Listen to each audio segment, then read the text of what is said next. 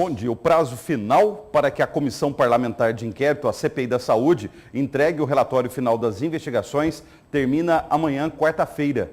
Sobre esse assunto, quem tem mais informações é a repórter Stephanie Romero.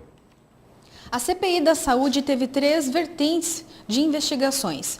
A primeira foi sobre a falta de medicamentos, em seguida sobre ingerência política e gestão temerária e, por último, sobre o Prêmio Saúde. Eu converso agora com o presidente da CPI, o vereador Abílio Júnior.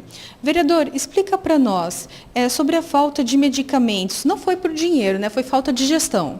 Correto. O que a gente identificou é que alguns procedimentos que o SUS e o Ministério da Saúde orienta para que evitar que tenha falta de medicamentos no município não foram seguidos. Parâmetros, por exemplo, como história de consumo, controle de estoque, controle de caixa, pessoas qualificadas na gestão. Então, vários problemas que nós identificamos se dá justamente por má gestão. Dentro do que o senhor está falando, é um caso muito sério essa dispensa de licitação, né? Inclusive, houve também casos de permutas entre os laboratórios e a Secretaria de Saúde. Correto. Nós, inclusive, fizemos flagrantes, onde a gente identificou no local uma empresa fazendo permuta de medicamentos na hora da entrega. Não é permuta entre hospitais e nem nada, é permuta diretamente com a empresa.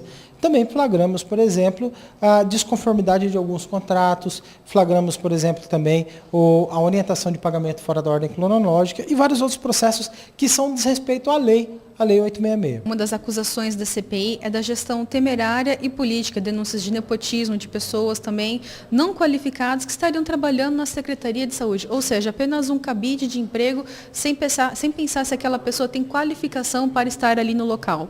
Verdade, nós encontramos mais de 1000 indicações, planilhas, inclusive, organizadas, dizendo, isso aqui é do vereador tal, isso aqui é do político tal, isso aqui é do irmão do prefeito, isso aqui é do filho do prefeito, isso aqui é da esposa do prefeito, catalogados as indicações de cabide de emprego da Secretaria de Saúde.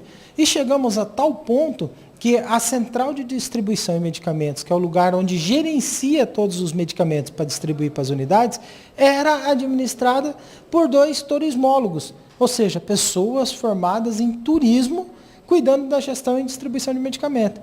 E nessas planilhas nós encontramos que uma dessas pessoas indicou em torno de 10, 15 pessoas para trabalhar dentro da mesma central de distribuição de medicamentos, sem avaliar sua qualificação técnica. Em relação ao Prêmio Saúde, que é uma outra questão, que é o terceiro objeto, esse Prêmio Saúde ele é um benefício que a Prefeitura Municipal de Cuiabá traz e que tiver a melhor produtividade. O que acontece? É que muitos dos servidores que ganhavam esse Prêmio Saúde não tinham avaliação do mérito, para dizer se ele tinha produtividade ou não, mas sim, às vezes, pelo apadrinhamento político, pela indicação, ou pela vista grossa dos seus serviços. E ainda tem uma outra questão, que foi regulamentado alguns processos do Prêmio Saúde e eles não eram pagos em sua isonomia.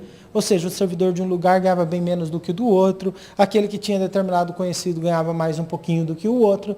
Então, o Prêmio Saúde ele entra também nessa questão da ingerência. E diante de todas essas provas, essas acusações da investigação que será entregue no relatório nesta quarta-feira, qual será o procedimento, quais serão as medidas tomadas, providenciadas tanto pelos vereadores aqui da Câmara de Cuiabá, vai ser entregue para o Ministério Público?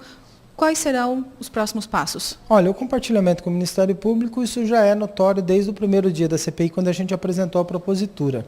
Mas as medidas a ser tomadas, as ações que deverão ser tomadas, aí é o relator, Dr. Ricardo Saad, vereador do município de Cuiabá, que é relator da CPI, que poderá dizer.